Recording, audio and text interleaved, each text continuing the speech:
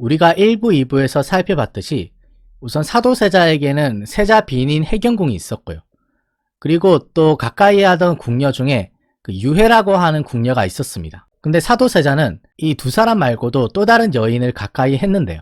바로 그 여인이 오늘 우리가 살펴볼 빙해라고 하는 궁녀입니다. 이번 시간에는 그 빙해의 삶을 한번 사료를 통해 조명해 보도록 하겠습니다. 그 사도세자의 총애를 받았던 궁녀인 이 빙해는 훗날 그 은정군을 낳아서 그 경빈 박씨로 불리게 됩니다. 근데 이 은정군이 그 사도세자의 여러 아들들 중에서 가장 어떻게 보면 좀 미스테리한 인물이에요. 왜냐하면 이 은정군이 그 정조의 정적이라고 할 수 있는 이 정순왕후와 연결이 되거든요. 그래서 어떻게 이 사도세자의 아들인 은정군이 이 정순왕후와 연결이 되게 되는지 그 조금 이따가 또 살펴보도록 하겠습니다. 그 사도세자가 빙해를 데리고 오는 과정은 해경궁이 쓴 한중록에 이렇게 적고 있습니다. 1757년 9월에 사도세자께서 인원왕후 전 친박내인 빙해를 데려오셨다.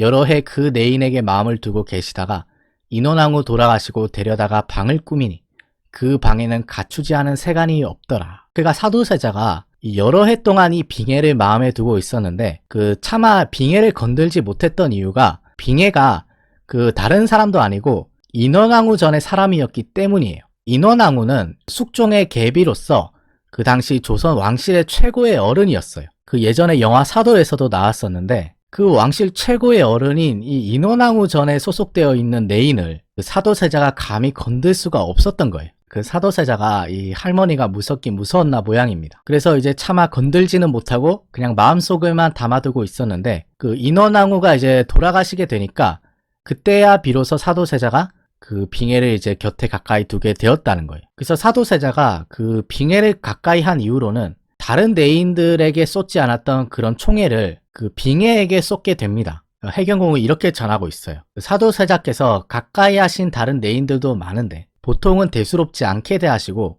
자식 낳은 내인이라도 털끝만큼도 더 봐주는 일이 없었다. 그런데 유독 이 빙해에게만큼은 그렇게 각별하시더라. 또 빙해의 됨됨이가 요악한지라 그때부터 사도세자께서 이 내수사, 그러니까 이거는 왕실 재정이거든요. 그 왕실의 재정을 갖다 썼다는 거예요. 여자친구를 위해서 이 부모님 카드 몰래 가져다가 그 선물 사주고 맛있는 거 사주고 막 이랬던 거예요. 그래서 이렇게 사도세자가 그 아버지 몰래 그 아빠 카드 가지고 가서 막 여자친구를 위해서 긁고 있었는데 이게 이제 얼마 지나지 않아서 영조한테 당연히 들켰겠죠. 그래서 그 들키던 상황을 해경궁이 이렇게 전하고 있습니다. 그 사도세자가 9월에 빙해를 데려왔는데 영조께서는 11월에 아시니라. 그날이 동짓날이었는데 영조께서 대노하시어 사도세자를 불러 네 감히 그리 하느냐 하고 꾸짖으시니라. 그러니까 우리가 2부에서 살펴봤듯이 그 유해를 데려왔을 때도 그렇게 꾸중을 들었는데 아직도 그 사도세자가 정신을 못 차리고 이번에 또 새로운 여자친구를 데려왔단 말이에요. 그러니까 영조가 또 그렇게 하느냐 하면서 또 꾸짖었겠죠.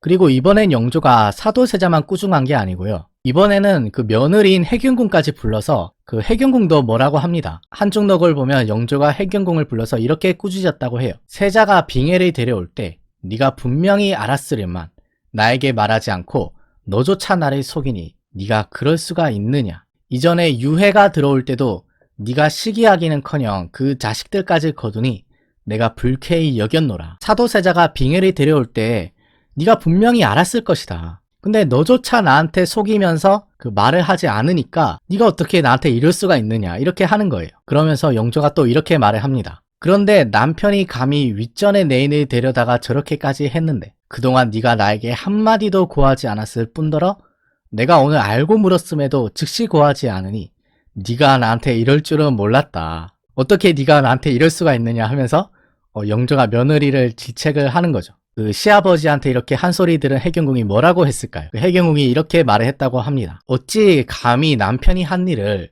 위에다가 일일이 했습니다 하면서 고하겠습니까? 소인의 도리상 그렇게 하지는 못합니다. 그러니까 남편의 잘못을 그 어떻게 그 시아버지한테 꼬치꼬치 이렇게 고자질을 하겠냐는 거예요. 제 도리상 그렇게 할 수가 없습니다. 그 아버님께서 좀 이해를 해 주십시오. 이렇게 이제 말을 하는 거죠. 만약에 여러분이 해경궁이라면 그 사도세자가 저렇게 하는 걸 영조한테 고자질할 수 있으셨겠어요? 그거는 아마 해경궁이 좀 하기가 힘들었을 것 같아요. 어쨌든 며느리가 이렇게 말을 하니까 영조가 대단히 화를 냅니다. 그 당시의 상황을 해경궁이 이렇게 적고 있어요. 내가 영조를 모신 지 10년 만에 처음으로 꾸중이 지엄하니 땅을 두드리시며 꾸짖으시니라. 자일만 믿다가 처음으로 영조의 엄교를 들으니 그 두려움이 어떠하리요. 그러니까 이때 처음으로 영조가 그 해경궁한테 꾸중을 한 소리 대단히 크게 했나 봐요.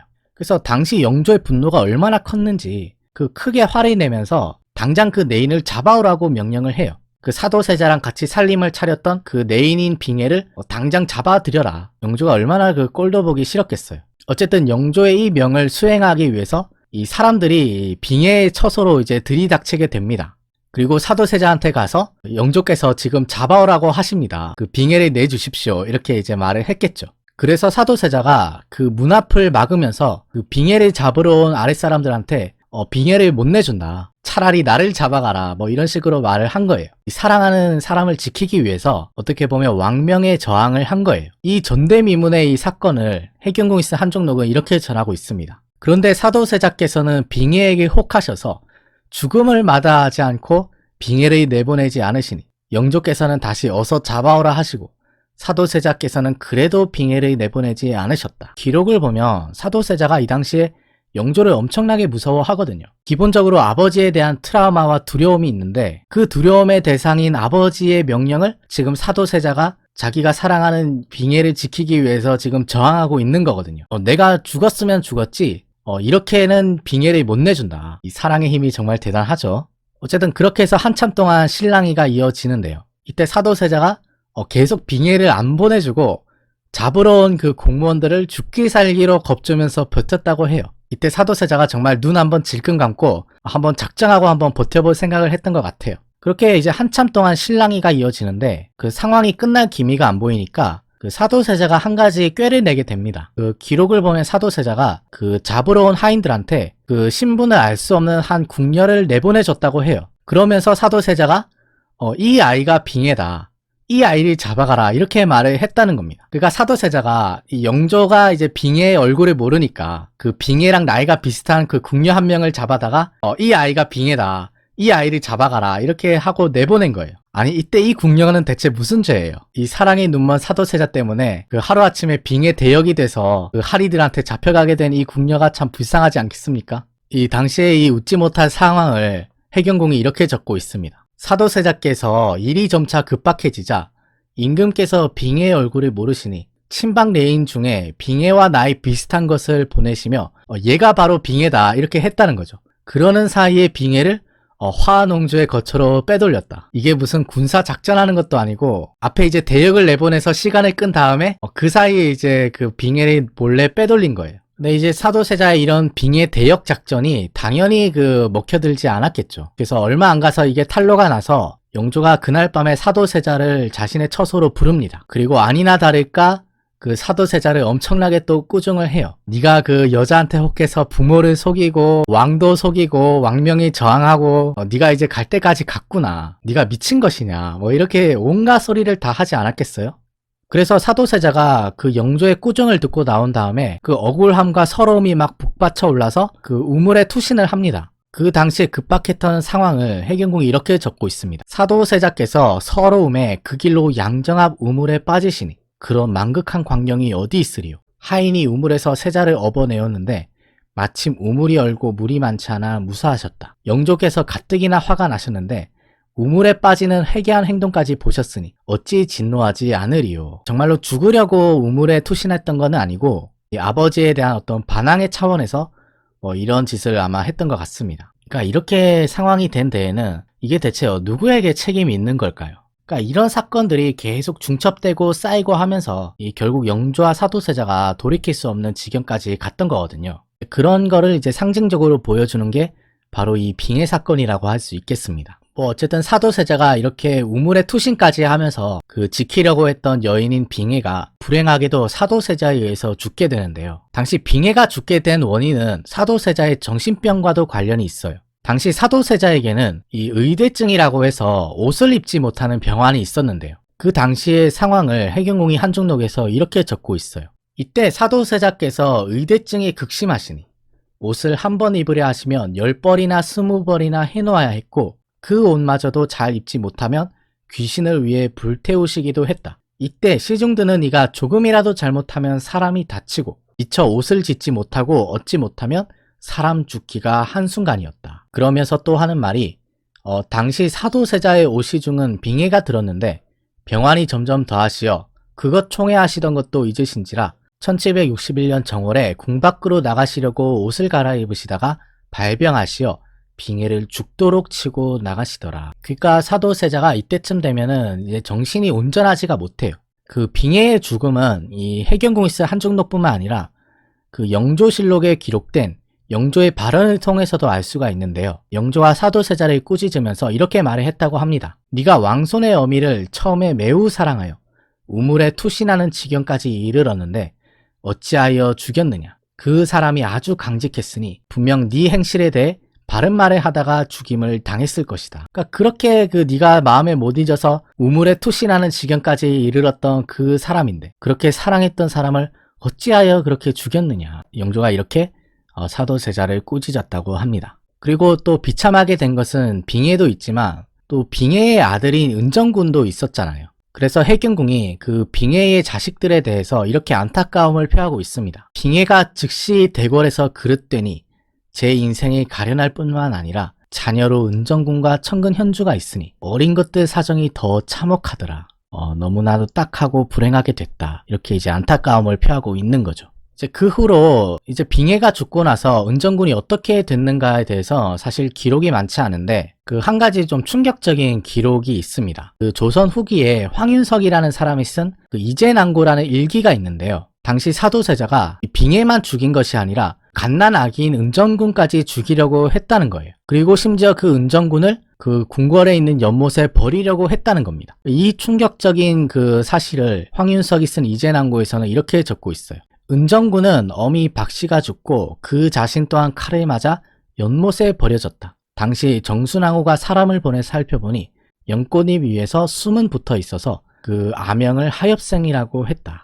저는 솔직히 이 기록을 얼마나 믿어야 될진 잘 모르겠어요. 솔직히 사도세자가 이렇게까지 잔인하게 했다고까지 믿고 싶지는 않은데 다만 제가 여기서 눈에 들어온 거는 이 정순왕후예요. 그 연못에 버려진 은정군을 이 정순왕후가 걷어들였다. 마치 그 정순왕후가 이 사도세자에 버려진 아들인 은정군을 걷어들인 것처럼 이 서술을 하고 있는 이 대목이 저는 상당히 이게 눈에 들어오거든요. 그 실제로 은정군이 나중에 그 기록을 보면은 이 김기주라든지 정순왕후 측 가문과 연결이 많이 됩니다. 그 예를 들어 정조실록을 보면은 정조가 이 은정군의 결혼과 관련해서 김기주 측이 많이 개입을 했다는 것을 이렇게 증언을 하고 있어요. 은정군이 조성의 딸과 혼이 날 때 김기주가 중간에서 주선을 했는데 하룻밤 사이에 급하게 혼인을 결정했으니 그 뜻을 헤아릴 수 없다.